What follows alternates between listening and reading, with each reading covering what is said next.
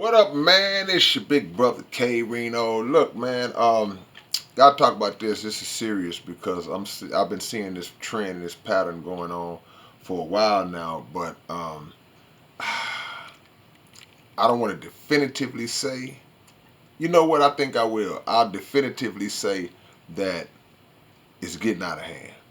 It's getting out of hand, man. And that is this division, this wedge that has been driven between black men and black women. It's getting out of hand, man. And me, I've always been accused by some people of being a conspiracy theorist, but um, I really chalk a lot of the things I say up to not being theory but actual conspiracy.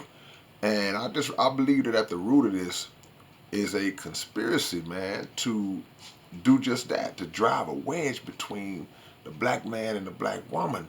And because everywhere you look, particularly on social media, and you see this this war where black men are accusing black women of not being up to the standard.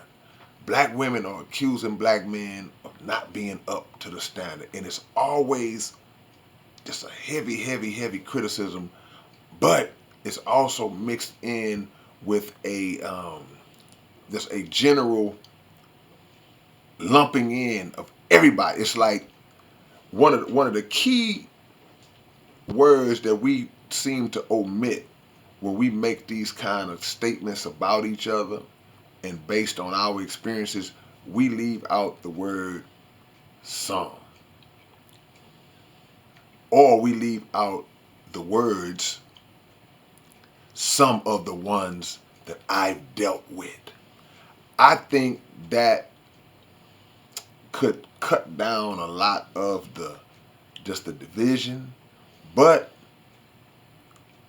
I also feel like we should get to the point where we should mature to the point where we don't put any of our dirty laundry like that out before the world and just stay on code when it comes to stuff like that and solve our problems the way other people solve their problems. If they don't, we don't even know how they solve. I mean, internally or what, because we seem to be the only people that just put ourselves on blast like that. And all it does is creates a conversation between more black men and more black women who have already chosen their side of the ledger, and we just take turns firing shots at each other, not considering the key foundational principle, and that is that we were made for each other and we need each other. Yes, we have problems. Yes, we have issues between us. Yes, we have done each other wrong in certain ways, in different ways, in our interactions with each other. All of that, everything that you could think of, we've fallen under that umbrella in some form or fashion. But at the end of the day, we have to always understand that even in doing those things, we are truly just acting outside of what we're actually meant and created by God to be. We're just acting outside of our real nature. So that doesn't get addressed.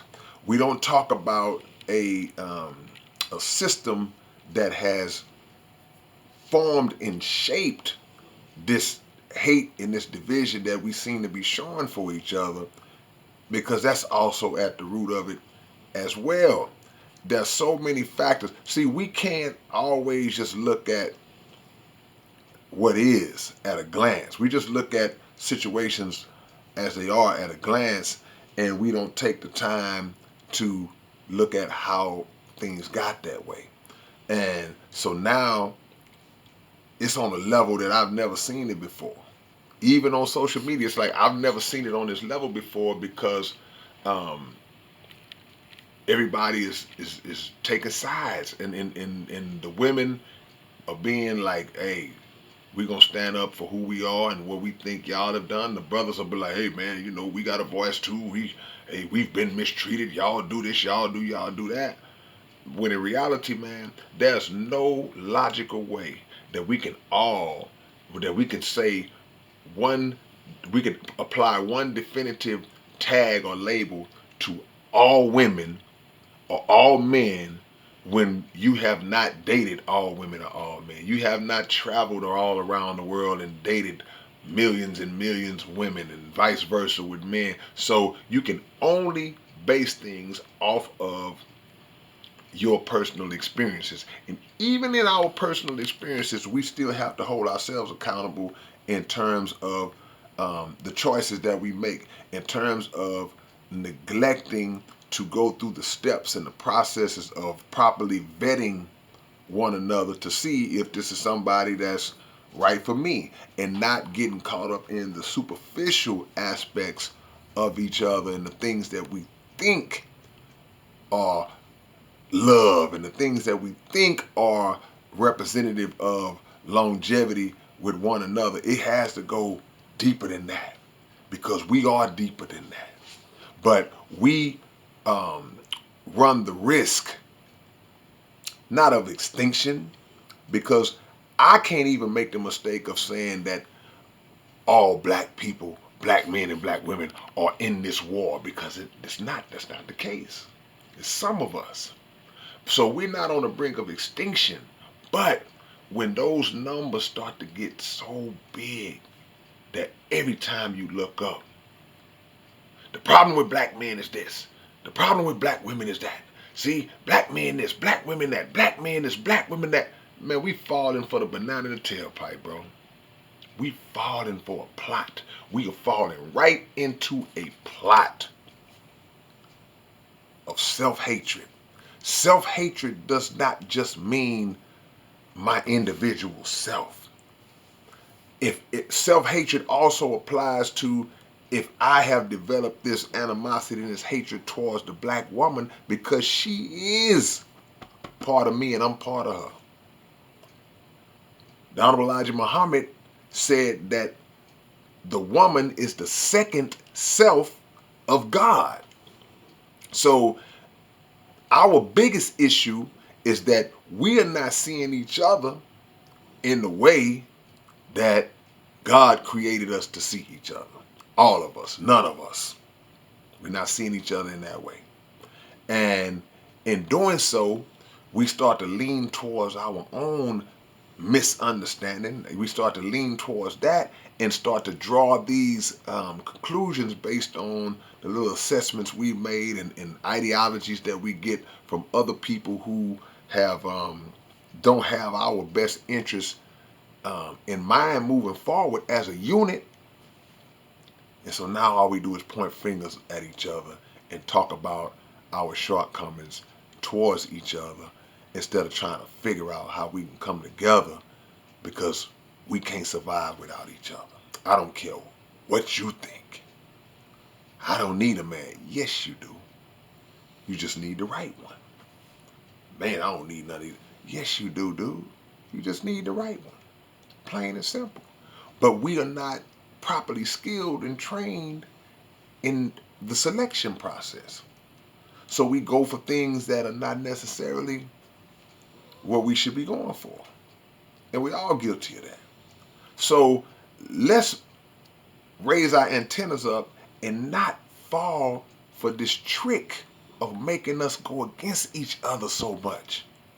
And stop generalizing and putting everybody in the same pot based on our little problems that we've had with the handful of men, the handful of women that we've come across in our lifetime, because it does not even register on the scale when you look at the whole.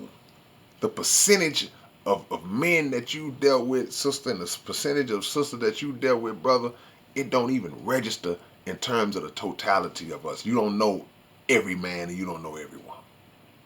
So let's get wise, man. It's an enemy that wants to split us down the middle. Split us down the middle. And usually it's a child that suffers.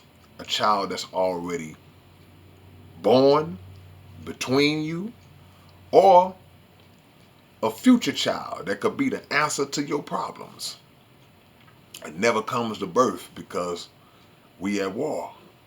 And so with a bigger war being imposed upon us, it's created an internal war with us, with each other.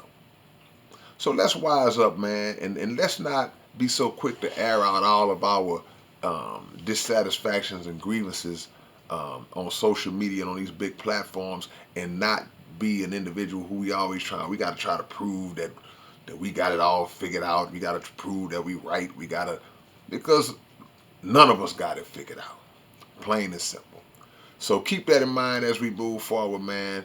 No more division between the black man and the black woman. We got enough problems, and these problems cannot be solved um, by us without us being one solid unit. All right, man. This is your big brother K-Rino. Anything I forgot, y'all leave in the comment section, man. Subscribe to the channel, and I hit y'all with another one soon. Peace.